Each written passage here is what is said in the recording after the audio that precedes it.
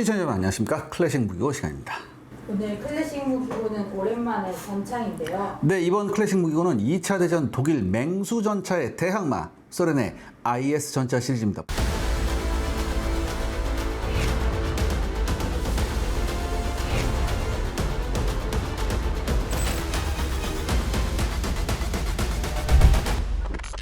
밀리터리 채널 샬의 군사연구소에서 오늘 전장을 직접 조종하는 경험을 소개해드립니다. 바로 워썬더입니다. 워썬더는 전차, 비행기, 함선이 한 맵에서 함께 싸우는 무려 멀티플레이 액션 게임입니다. 전차로 밀고 헬기로 엄호하고 전투기로 하늘을 지키는 플레이, 선택한 역할이 전장을 바꿉니다. 워썬더에는 실전형 데미지 시스템이 있습니다. 궤도가 끊기면 정지, 연료 탱크가 맞으면 화재가 나죠. 또한 유도무기, 능동 방어장치, 연막, 야시장비, 드론 등 현대 기술을 직접 운용해 보실 수 있습니다. 여기에 부품 업그레이드로 성능 향상과 나만의 외형 꾸미기는 덤이죠. 특히 최근 업데이트 레비아탄에서는 스텔스 헬기 코만치, 아레나 APS를 탑재한 T-72B3 그리고 전함 야마토가 새로 합류했습니다. 또한 베를린 쿠바 맵은 그래픽이 크게 좋아졌고요. 여러 유닛을 함께 다루는 새 조작 방식이 추가되었습니다.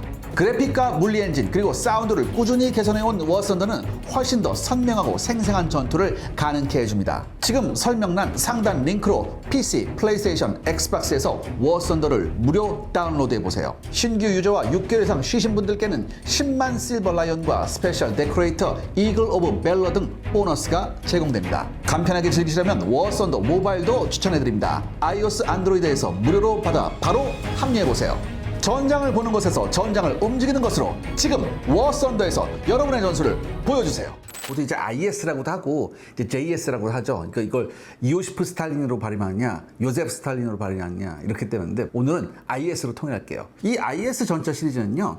KV-13CJ 전차를 베이스로 독일 티거-1 전차에 대응해서 개발한 중전차, 즉 헤비급 전차입니다. 분명 이 IS 시리즈는 독일의 맹수 전차를 상대하기 위해서 개발이 시작됐지만 아이러니하게도 목표가 되었던 티거 전차와의 교전은 그다지 많이 발생하지 않았어요.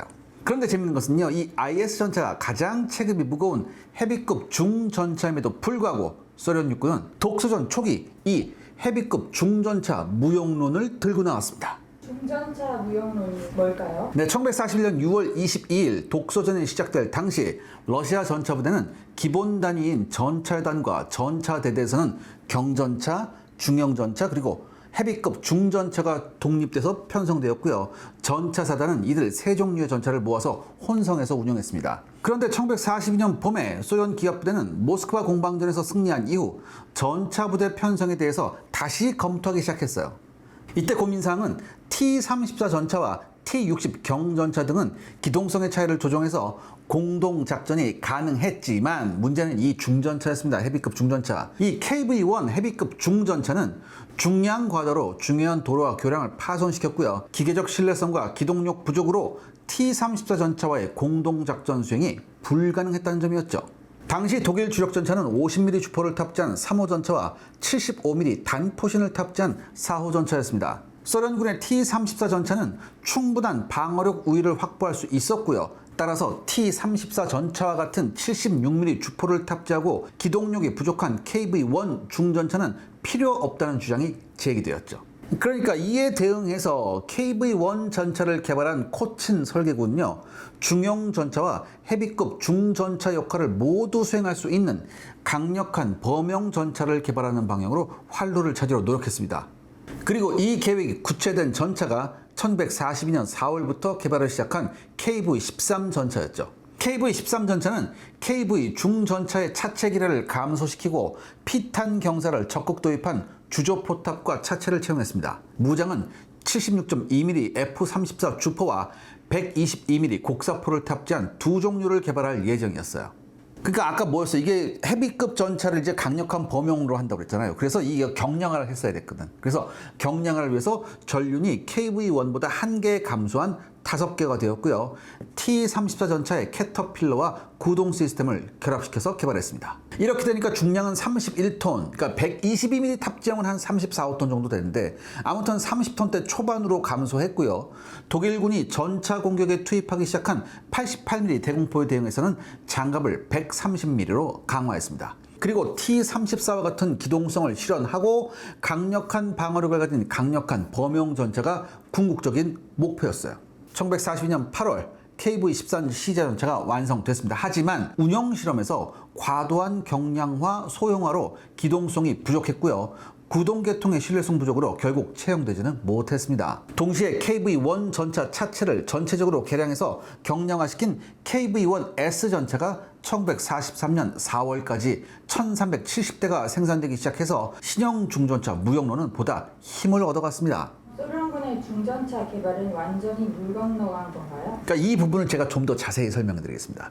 1942년에 KV-1 중전차의 무용론이 강력히 대두되고 KV-1 라인을 T-34 생산으로 전환하려는 요구가 증감에 따라 이 코친 설계국, 그러니까 KV-1을 생산했었던 이 코친 설계국은 위기를 느낄 수밖에 없었어요. 이에 코친 설계국은 스탈린 측근에 접근하는 정치적인 해결 방법을 모색했습니다. 그리고 결국 스탈린한테 범용 전차 개발을 허가받게 되죠. 코친 설계국은 KV-13 시제 전차를 베이스로 기동성을 향상시키기 위해서 T-34 캐터필러 대신 KV-1S에 채용된 개량된 캐터필러를 채용했고요. 기계적 신뢰성을 향상시킨 시제 전차를 개발하기 시작합니다. 그리고 1942년 말에 완성된 시제 전차는요, KV-13과 같이 76.2mm 주포와 122mm 곡사포를 탑재한 두 가지 버전을 개발하기로 했죠.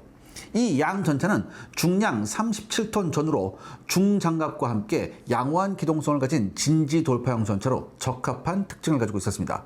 그래도 이건 중형 전차, 즉 범용 전차였지 헤비급 중전차는 아니었어요. 하지만 바로 이 시점에서 코친 설계국의 헤비급 중전차에 대한 구원의 손길은 엉뚱한 곳에서 내밀어졌습니다. 바로 독일이 개발한 티거-1 헤비급 중전차가 그것이었죠.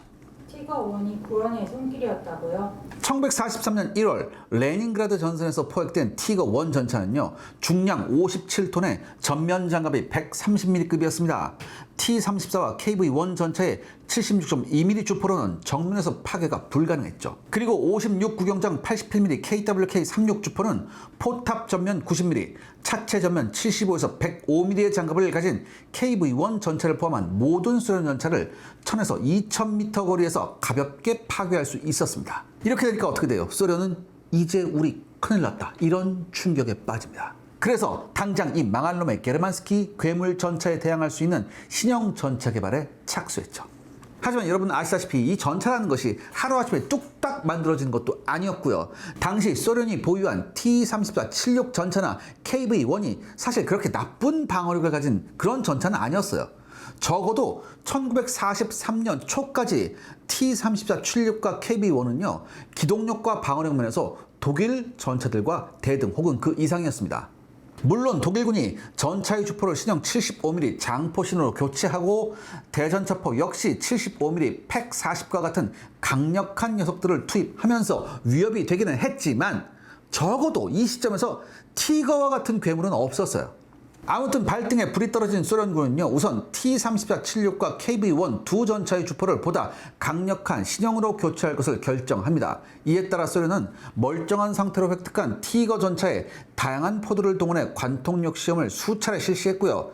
가장 적당한 것으로 D5T 85mm 전차포를 선택했습니다.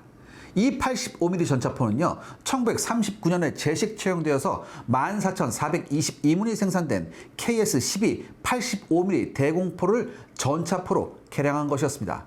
그러니까 여러분 뭐예요? 역시 최고의 대전차포는 뭐다? 대공포다. 88mm에서 나왔잖아. 문제는 이 포의 개발이 상당히 지지부진했습니다. 아무리 초속이 빠르고 탄도가 일직선에 가까워서 직사화력인 전차포용으로 적합한 85mm 대공포라 했지만 이를 전차포로 개조 및 개량해서 단기간 내로 완성시키는 건 굉장히 어려운 일이었습니다. 그리고 이 와중에 소련군을 쎄하게 만드는 사건이 발생했죠. 시청자 여러분들의 구독과 좋아요는 영상 제작에 정말 큰 도움이 됩니다. 여러분들 부탁드리겠습니다. 구독과 좋아요. 이 사건이 무엇인가요? 계속해서 전선에서 흉흉한 소문이 들리기 시작합니다. 망할 놈의 게르만스키들이 티거와 함께 강력한 중형 전차를 투입한다는 첩보가 입수됐고요.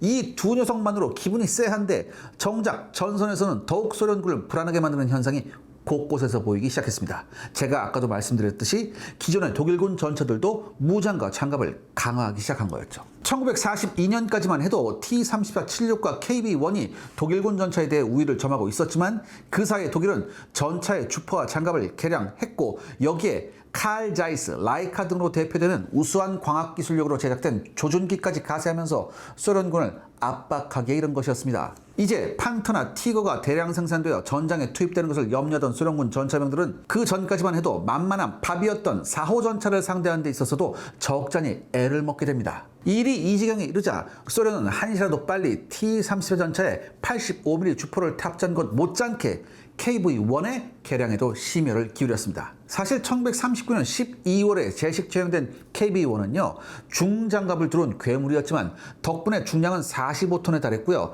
V2 디젤 엔진을 탑재했음에도 불구하고 최고 속도는 시속 34km로 느릴 수밖에 없었습니다. 그렇다면 차라리 무장이라도 강력했으면 위안이었겠지만 주포는 T-34-76과 동일한 F-34 문자 그대로 76mm 포였기 때문에 사람 속 터지게 만들었어요. 그나마 T-34-76보다 강력한 방어력이 있었어요. 그러니까 차체 전면 장갑이 90mm 두께에 그러니까 30도 경사각이 있었거든요. 이랬기 때문에 1942년까지는 나름대로 제 역할을 충분히 수행했지만 독일군의 신형 대전차포와 전차포가 등장해서 위협이 됐고요. 설상가상으로 제가 거듭 말씀드리지만 독일군의 판터와 티거 두 맹수가 출현해 이제 기존의 KV-1으로서는 CR도 안 먹힌다는 점이 명백해졌죠. 이에 따라 당시 2769대가 생산되었던 KB-1은요 개량에 착수했어요. 그래서 제가 아까 말씀드렸던 KV-1S가 나오게 되는데 이 KV-1S는요 장갑 두께를 강화하고 전면 장갑의 두께를 75mm로 줄였어요.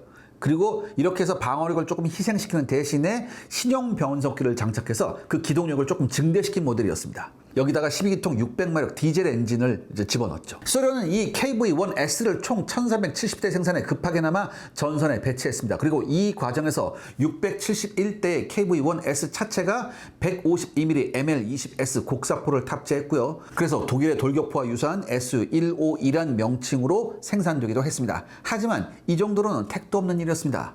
아무튼 독일군의 크루스크 공세 개시 3개월 전인 1943년 4월 소련군 지휘부는 기존의 KV 전차로는 독일군의 신형 전차에 효과적으로 대응할 수 없다는 결론을 내립니다. 그리고 T-34 전차의 85mm 포 탑재 추진 못지않게 신형 헤비급 중전차의 개발에 착수해서요. 주포는 일단 85mm D5T를 탑재하기로 결정했죠. 훗날 T-34 8호에 탑재된 S-53은요 아직 완성되지 않은 상태였습니다.